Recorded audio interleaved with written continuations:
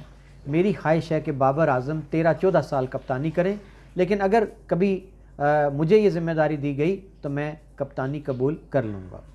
یہ تھیں آج کی پاکستان کی قومی خبریں، ضلع گجرات کی خبروں کی یعنی گجرات نامہ کی۔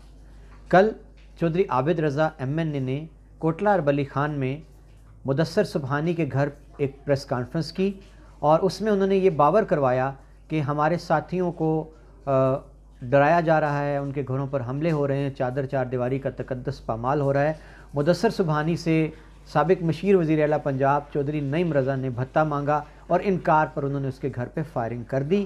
اس کی FIR تھانہ ککرالی میں چودھری نعیم رضا اور ان کے ساتھیوں کے خلاف درج ہو چکی ہے، اور مدثر سبحانی نے بھی اس موقع پر میڈیا سے گفتگو کرتے ہوئے یہ کہا کہ وہ ان کو 2 بار 5-5 لاکھ روپیہ بھتہ دے چکا ہے، وہ مزید 1 کروڑ کا مطالبہ کر رہے تھے اور ان کے انکار پر انہوں نے ان کے گھر آ کر فائرنگ کر دی۔ چودھری عابد رضا نے اس موقع پر انتظامیہ کو خبردار کیا کہ انتظامیہ حالات خراب کرنے کی ذمہ دار ہوگی اگر ایسے واقعات کا تدارک نہ کیا گیا، اور انہوں نے چودھری برادران کو بھی خوب کھری کھری سنائی اور ان کو کہا کہ وہ فیصلہ کر لیں کہ اب انہوں نے کس طرح کی سیاست گجرات میں کرنا ہے، اور مزید انہوں نے یہ بھی کہا کہ وہ اپنے پیاروں کی لاشیں کندھوں پر اٹھا کر آگ اور خون کے دریا عبور کر کے انہوں نے کوٹلہ کو امن کا گہوارہ بنایا تھا، اور ہم پرامن لوگ ہیں، ہم سیاست پر یقین رکھتے ہیں، ہم جمہوریت پر یقین رکھتے ہیں، لیکن کوئی ہماری اس شرافت کو کمزوری نہ سمجھے، اور ہم غیرت سے زندہ رہنا چاہتے ہیں، ہم بغیرت بن کر سیاست نہیں کرنا چاہتے، ایسی سیاست جس سے ہمارے لوگوں کی چار دیواری اور چادر کا تقدس پامال ہو، لوگوں کی عزتیں محفوظ نہ رہیں، لوگوں کی بچیاں گھروں میں محفوظ نہ رہیں، ہم ایسی سیاست پہ مر جانے کو ترجیح دیں گے۔ ہم ظلمت کی شب کے سامنے سر جھکانے کی بجائے ہم مر جانے کو، موت کو گلے لگانے کو ترجیح دیں گے۔ انہوں نے بڑا واضح پیغام دے دیا ہے کہ ہم 24, 48, 72 گھنٹے انتظامیہ کو دینے کو تیار ہیں، اگر وہ ان واقعات کا تدارک کرنے میں کامیاب ہو گئے تو ٹھیک، وگرنہ ہم دوبارہ پریس کانفرنس نہیں کریں گے۔ گجرات سے نون لیگ کے رہنما حاجی اورنگزیب بٹ جو کہ اس وقت نیب زدہ ہیں، اور کل ان کی پیشی تھی رمضان شوگر مل اور گجرات بیوٹیفیکیشن کیس میں، چونکہ عدالت میں شہباز شریف صاحب کرونا کی وجہ سے پیش نہ ہو پائے، سماعت 28 جنوری تک ملتوی کر دی گئی۔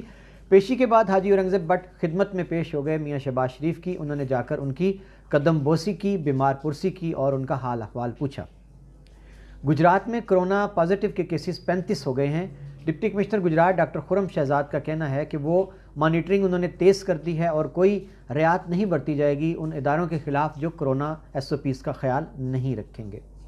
ٹھیکریاں میں گجرات انتظامیہ نے چھاپہ مار کر 425 بوری یوریا کھاد جو کہ ذخیرہ اندوزی کی گئی تھی اس کو برآمد کروا لیا ہے۔ ناظرین، یہ تھا آج کا سمارٹ ہیڈ لائنز. کل تک کے لیے مجھے دیجیے اجازت اور اپنا بہت سا خیال رکھیے. اللہ حافظ.